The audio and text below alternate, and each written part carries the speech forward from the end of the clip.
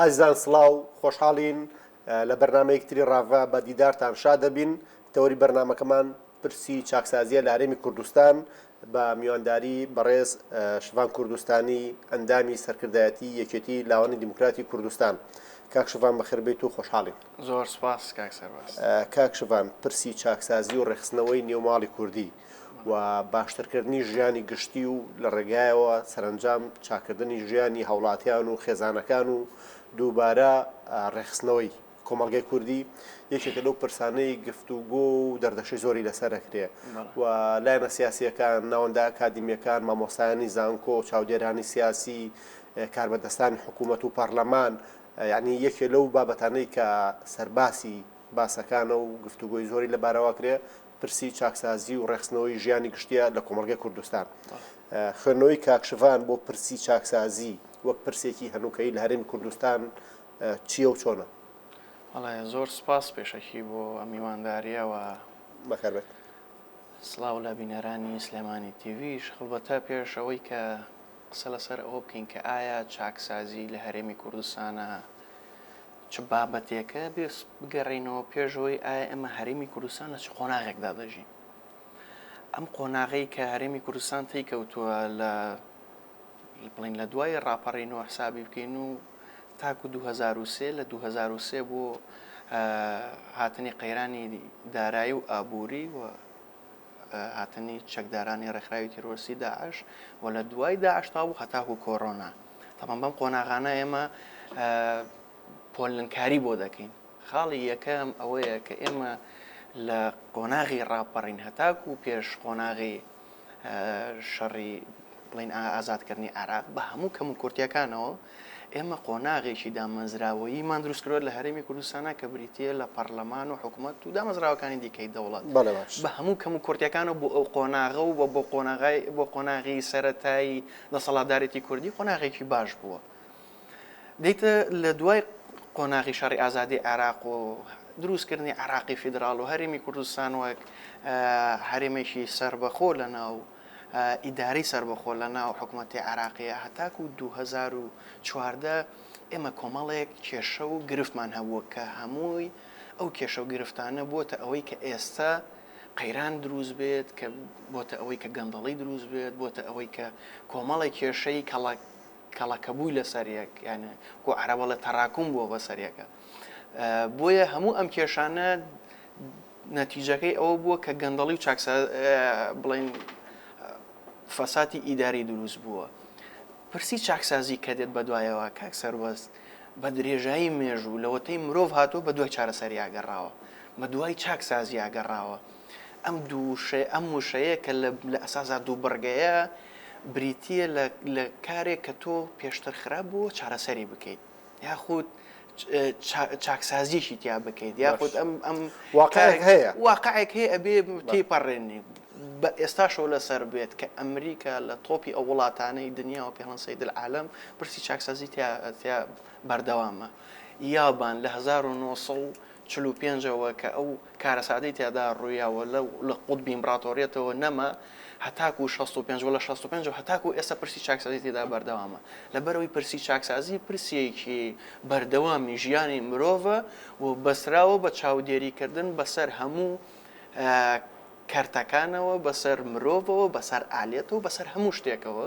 و پرسێکە دەبێت بەردەوام بێت لەگەڵ مرۆڤ بژی و ئێمەش لە هەرێمی کوردستانە قۆناغ لە دوای قۆناغ یاسا دەرچووە و ئەو یاسایانەش هەمووی لە هەر جارە و لە بوارێکە خزمەتی بە پرسی بەڕێوەبردن کردووە کە پاکتاوکردنێک بووە خۆ چاکسازیێکی تێدا کردووە. بەڵێ کاک شڤان باسیەوەت کرد کە لە 2003 ئێمە داخلی قۆناغێکی نوێ بووین و بەڕاستی زۆرینی سەرنجەکانیش کە باسی چاکسازی کرێت لە دوایم قۆناغەوە دەست پێکە کە ڕەنگە زیاتر بە دروستتر لە ساڵی 2005ەوە هەرێمی کوردستان کرانەوەکی زیاتر بەخۆیەوە بینێ لە ڕووی دەستوریەوە لە دەستوری هەمیشەی عێراقا وەکو هەرێمێکی دەستوری ناوێ هێنرێت و کۆمەڵی ماف و ئیستحقاقی بۆ دەستنیشانەکرێ و لە ئاستی جیهانی هەرێمی کوردستان لە دوای 2005ەوە کە کرانەوەکی گەورە بەخۆیەوە بینێ ژمارێکی زۆر لە کونسۆڵەکانیان لە کوردستان، ژمارێکی زۆر لە کۆمپانیا فڕەگەزەکانیان و هەرێمی کوردستان لەگەڵ دنیای دەروی خۆی دەست و پەنجە نەرمەکە کرانەوە زیاتر بەخۆیەوە بینێ. لە دوای لەم دواییەوە کە ئەڵێن دوای 2005 جۆرە لە جۆرەکان کەم و کوڕی ئیداریش ینی بە دوای خۆیان هێنێت و بە هەدەردانی داراییەت سەرنج لەسەر دروستبوونی گەندەڵی و گەورەبوونی قەبارەی گەندەڵی زیاترە بێت لە دوای ئەم بەروارەوە. ئەگەر قسە بکەین لەسەرەوەی کە هەرێمی کوردستان بۆچی بەم ئاقارە گەیشت یا بۆچی بەم ڕێڕەوەیە هات، هۆکاری ئەوەی کە هەرێمی کوردستان نەیتوانی ئیدارێکی باش خۆی بات ئەوەیە کە لە پڕێکە ڕێژەی داهات زیادی کرد یانەوەی کە ماستەر پلانێک نەبوو بۆ بەڕێوەبردن. خوێنەوەی تۆ چیە بۆی کە بۆچی ئێمە سەرباری زیادبوونی داهات نەماتوانی ئیدارێکی باش خۆمان بین؟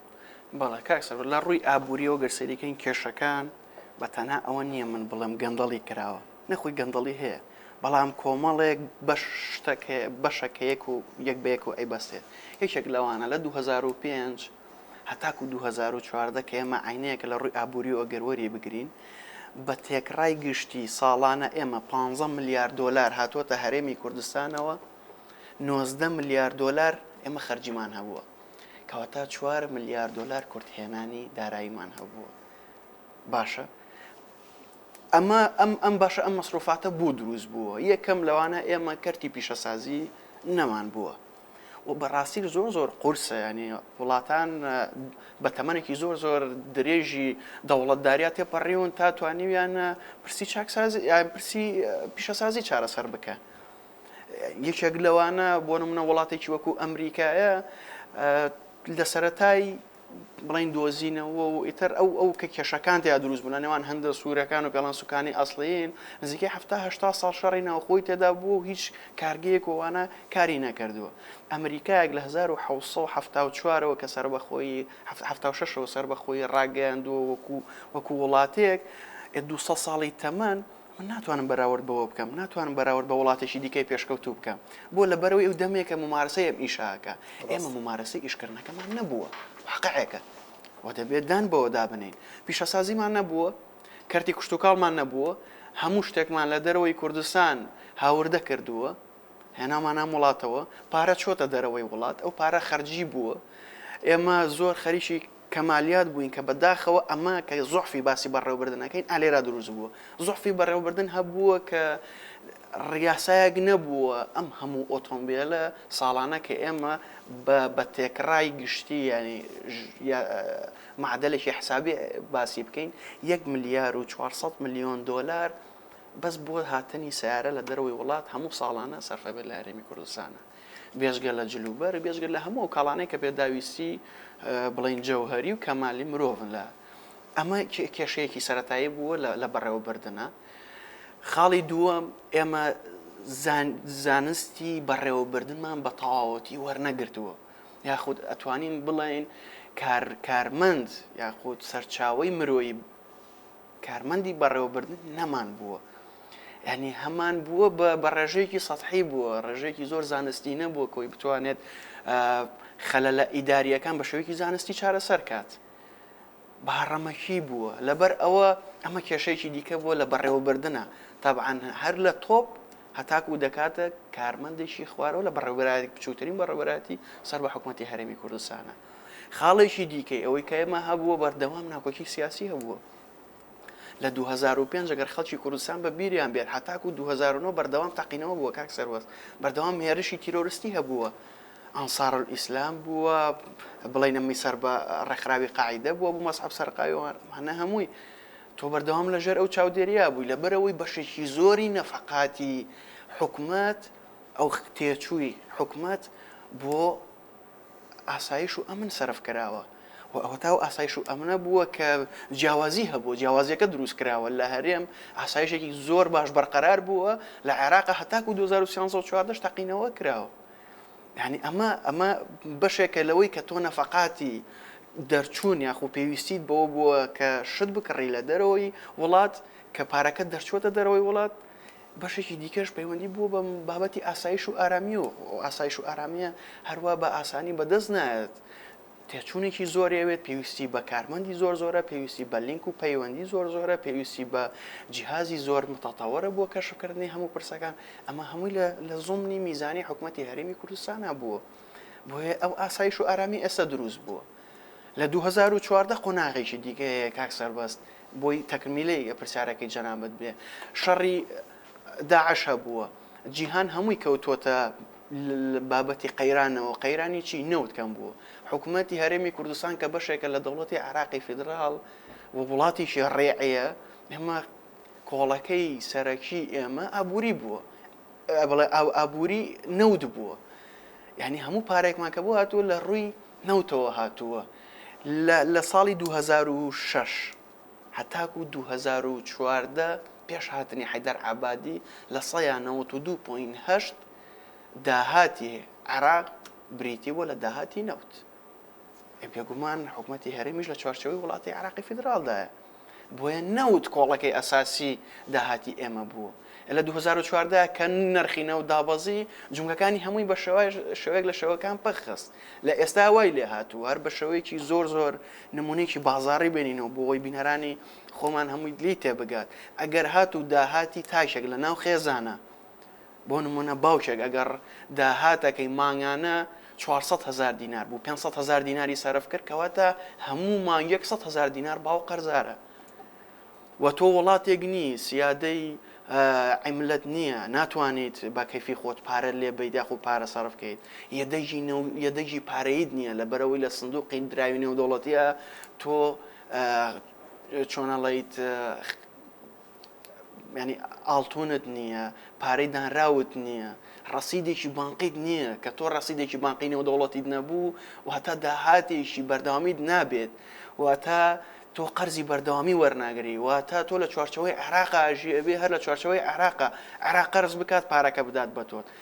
ئەوەش بەداخەوە بوو حکوومەتی عێراقی لە 2014 ینی قوتی خەڵکی بڕی و ئەوەی کەماوەتەوە ئێمە ئەکرێ بە داهاتی ناوخۆی و داهاتی خاڵە گومرچەکان بەشێکی زۆر خەڵک پرسیارەوە کە ئێمە لە نەوەتەکانە تەنها خاڵی گومرچیمان هەبووە پێیژاوین زۆر ڕاستە لەبەر ئەوەی ئەو کاتە خەڵک دانی ڕێژەی دانیشتوان لە هەرێمی کوردستانە 3 ملیۆن کەس بووە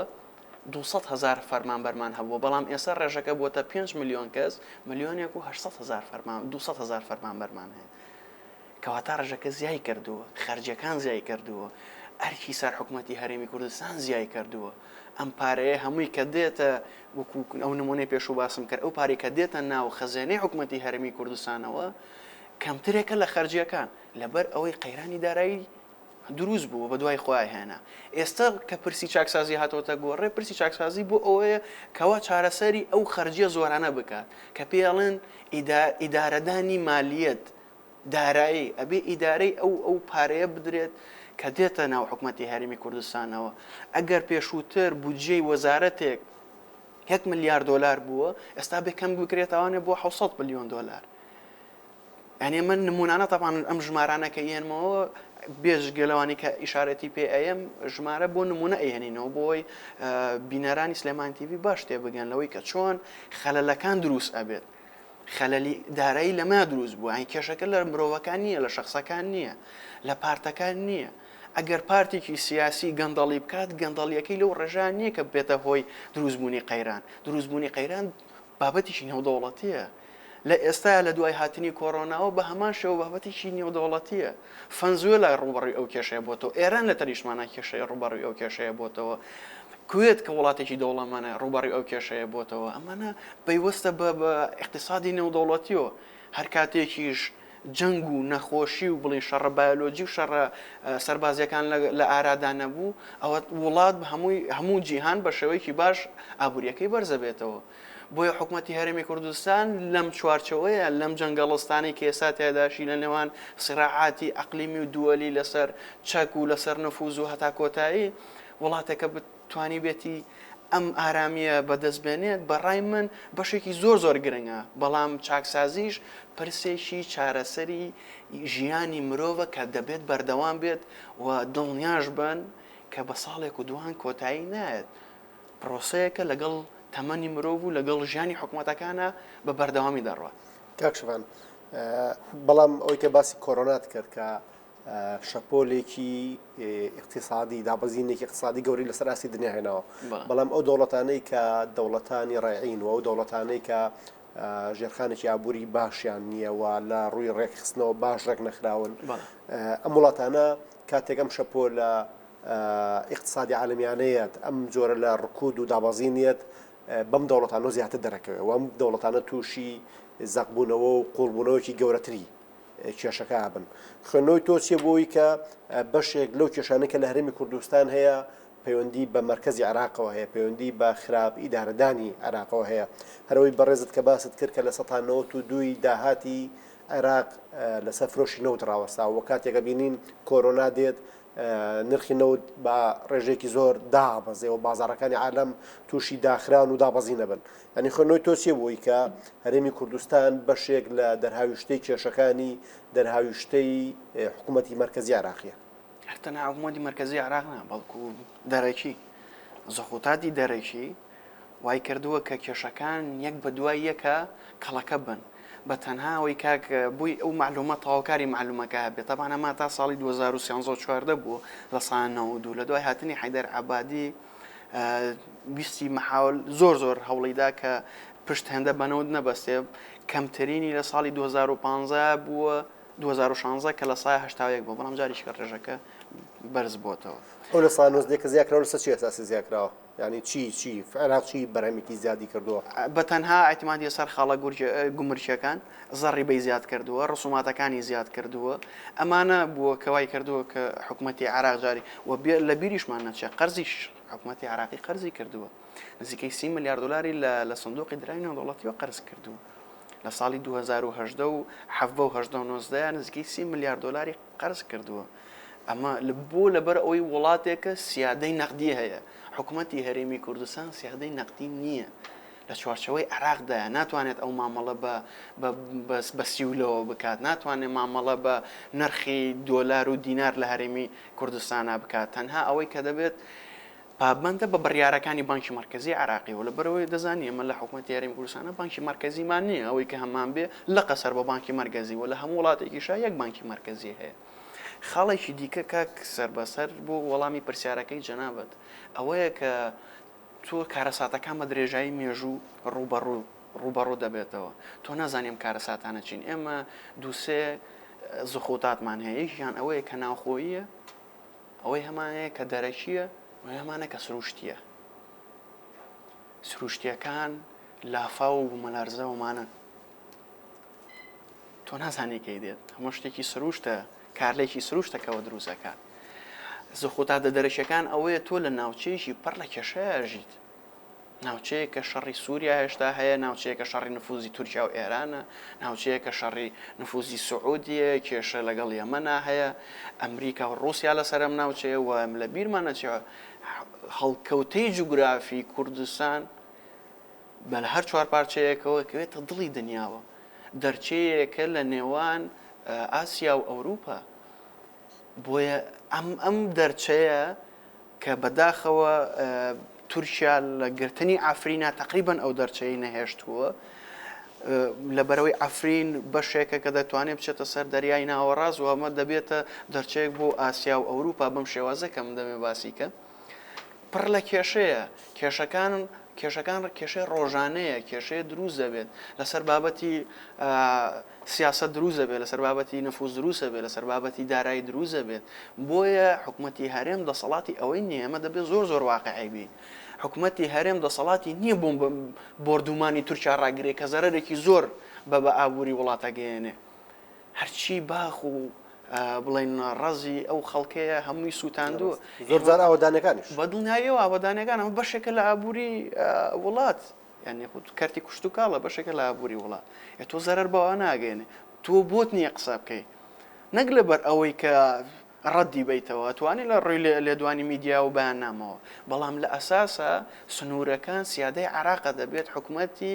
عێراق بێتە سەرخەت، وەزارەتی بەرگری قسە لەسەر ئەم پرسە بکە. بۆیە خەڵکێک ئێستا لە میدیاکانە بەلارەدا براوە ئەو تا تورکیا ئەتوانێت ئەوە بکە، ئێران ئەتوانێەوە بکە، تۆ وەک وڵات ناتوانیەوە بکەی، تۆ وڵاتنی. ئەمە شتێکە لە دەستوری عێراقیە، هەموو خاڵە سنووریەکان لەژێر سیادەی دەوڵەتی عێراقدایە و دەستپیت کراوە و لە 2005 خەڵک دەنگی بۆ داوە. کەواتە ئەمە بەشێکی دەستوریەوە کێشەی حکوومەتی عێراقی کێشەی هەرێمی کوردستان نییە، ئەگەر ئێمە سنووریشمان بەیەکەوە هەبێت. خاڵێکی دیکە هەر بینی لەو وەڵامانەیە کاک سەربەست، ئێمە سیستەمی ئابووریمان نییە، لەبەرەوەی سیستەمە ئابووریەکە ڕەبتە بە عێراقەوە. کاتێکە وڵاتی سیستەمێکی ئابووری نەبوو کەواتە بەتەنها لە چوارچەوەیە کابینێت خۆی لە چوارچەوەیە کابینێتەوە ئیدارەی مالیەت بات ئەو داهاتەی کە کوێ کاتەوە ئیدارەی مالی بات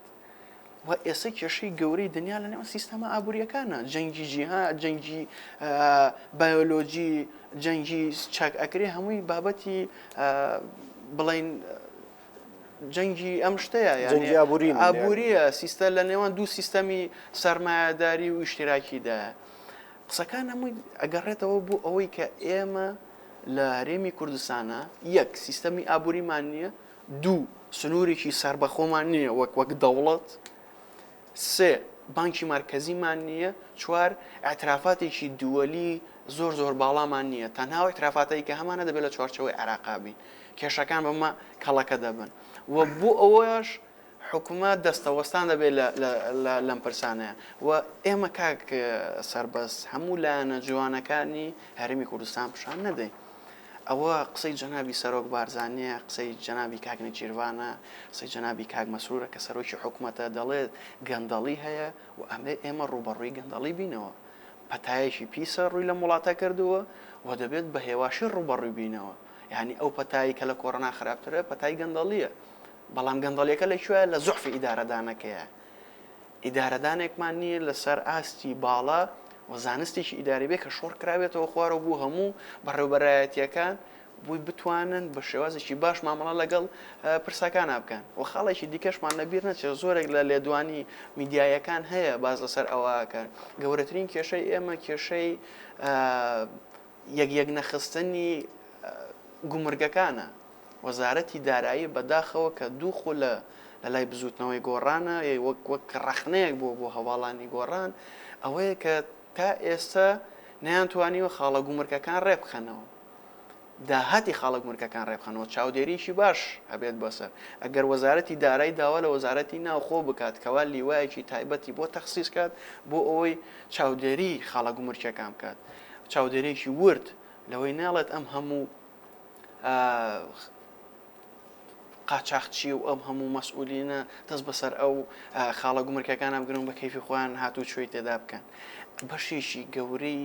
خەلەلی ئێمە کاک سەربەست ئەوەیە کە ئێمە لە نێوان سێ چوار پارتی سیاسیە کە ناتوانیم کەونە ڕێکەوتنیشی هەتایی پاشگەزەبنەوە لە ڕێکەوتنەکەەوە پاشگەزەبنەوە لە حکوومەت و هەتا کۆتایی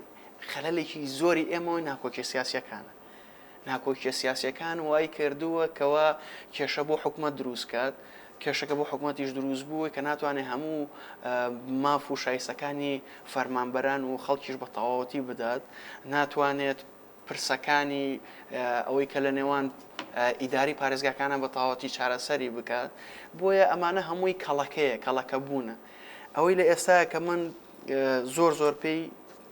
گەشتبینم لە ساڵی 2020ەوە لە کابینەی بە تەواوەتیە یاسای چاکساسی ژمارە 2 کە لە 19 مادە پێکهاتووە هەمووی بۆ ڕێخستنەوەی جارێ خاڵی یەکەم ڕێخستنەوەی ئەو نهێشتنی بندیوارە ئەوەی کە خاوەنی 2 موچە و 3 موچێ نێڵە بکرێت بە 1 موچە هەڵوەشاندنەوەی یاسای ژمارە 8 ساڵی 2004 خانەنشینی پلە باڵاکانە ئەمانە هەمووی دەکرێت بەتەنها لە ئێستا پرسی موچە چارەسەر بکرێت و قۆناغی داهاتوو چارەسەری ئەو خەلە ئیداریانە بکات ئەو مەسرۆفە زیاد بکات کە لە ناو وەزارەتەکان و بەڕێوەبەرایەتەکانە هەیە کاکشبان من نووسم لەسەر تایتڵی کابینەی نوێی حکوومەتی هەرێمی کوردستان قسە بکەین کە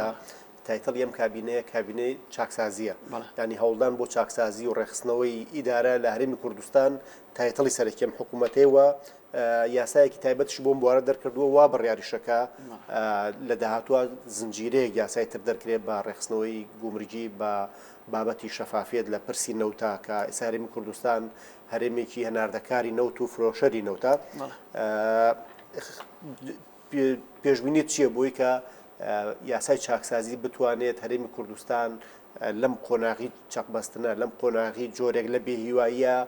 بگوازێتەوە بۆ قۆناغێک کە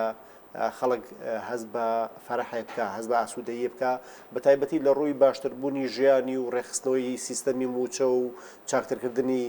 ئیدارەدانی بە تایبەت خزمەت گوزارە گشتەکان وی کاک سەرۆس لە قسەکانە کامارەشم بێگرەوە چەند جاری کرد دەیڵێمەوە پرسی چاکسازی پرسێکی بەردەوامە بەڵام لە ئێستاە بەو پارەکەمەی کە هەیە سیستەمی موچە ڕێکخراوەتەوە دەتوانرێت موچە بدرێت خەڵکێک زۆر گلەیلەوە کە لە موچەکەم بڕاوە بە 2 مانگ جارێ من معاش وەرەگرم بێ بگەڕێنەوە سەر ئەوەی بڵێن هۆکارە کەس چییە کە تۆ 2 مانگ جارێ معاش وەرەگەری باشە لە ساڵی 2019 کە کابینەی نوێیەم دەست بەکار بووە هەموو 30 ڕۆژ جارێک موچە بە تەواوەتی دراوە بۆ باسی ئەمە ناکرێت سێ موچەی پاشەکەوتی 2010 دراوە کێشەکە کە دروست بووە لەو سێ موچە دراوە ئەگەر ساڵی 2010 سێ موچە بکرایە بە پاشەکەوت و لێ 2019 بە تەواوەتی دەست پێ بکرایە ئەو کاتەمە کێشەمان نەبوو ئەم موچەی کێسا خەڵک وەری دەگرێت موچەی و ماگانەیەکە هەیە خاڵی یەکەم ئەوەیە کە دروست بووە یەکەم حکوومەتی عراقی ئەو بڕەپارەی کە هەیەی لە داهات خۆی بەشین خۆی ناکات چکە مانگی سێ بەبیرم دێ علی عەلا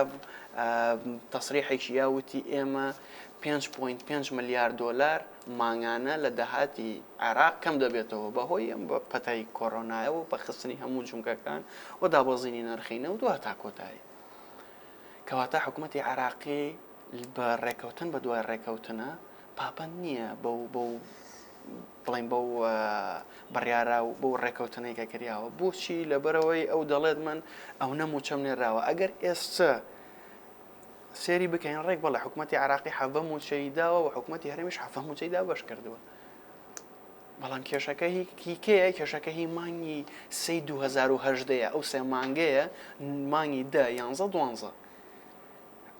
ئەمە قسەکە لەسەر ئەمە یەک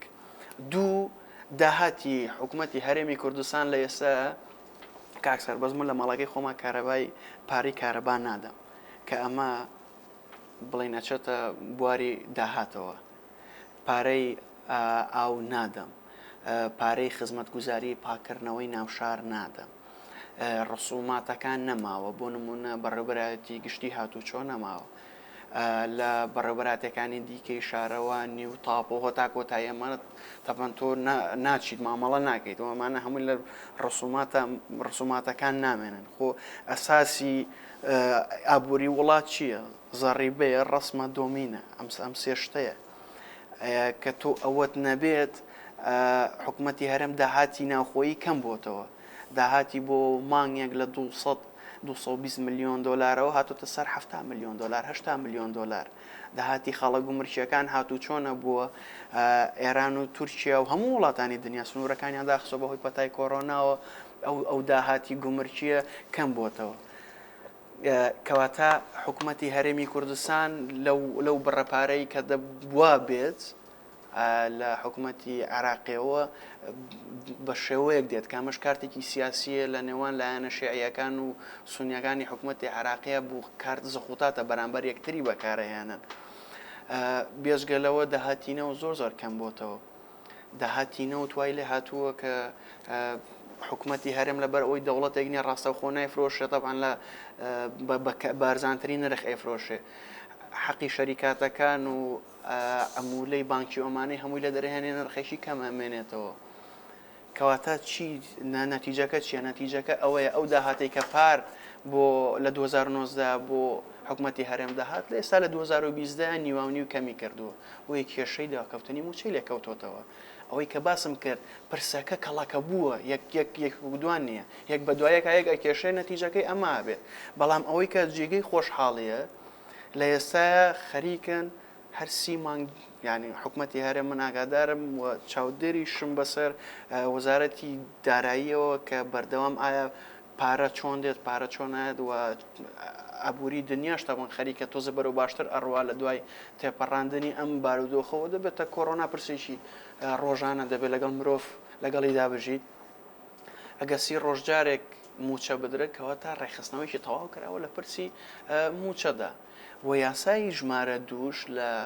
لە مادەی 13 بەرگەی 1 و 2 و 3 وەزارەتی دارایی تەحویل کردووە مخەوەلی کردووە تۆ ڕێکارەکانی پێویست لە خاڵە گومرچەکانە لە خشتەی موچەیە لەمانە لە ڕووی دارایی و هەمووی ڕێک بخەوە و دابی تەواوی بکەوە لە ئەنجومەنی وەزیرانە بڕیاری لەسەر دەرێت و بۆەوەی بکرێت بەڵام کاتێکە وەزارەتی دارایی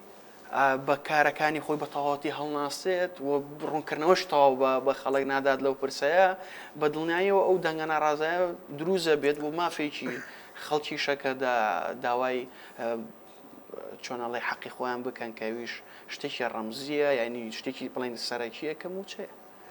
کاکشوان کاتی بەڕنامەکەمان تەواو بوو سپاس بۆ ئامادەبوونت لە بەرنامەی ڕاڤە زۆر سپاس بۆ تۆ هیوادارم سوودێکمان گیان دەبێت لە ڕووی زانیاریەوە بینەرانی سلێمان شوان کوردستانی ئەندامی سەرکردایەتیەکی لەوان دیموکراتی کوردستان سپاس بۆ تۆ دەستان خۆش بێ ئازیزان تا ڕاڤەکردنێکی تر بەخواتان ئەسپێرین و خواتان لەگەڵ بێ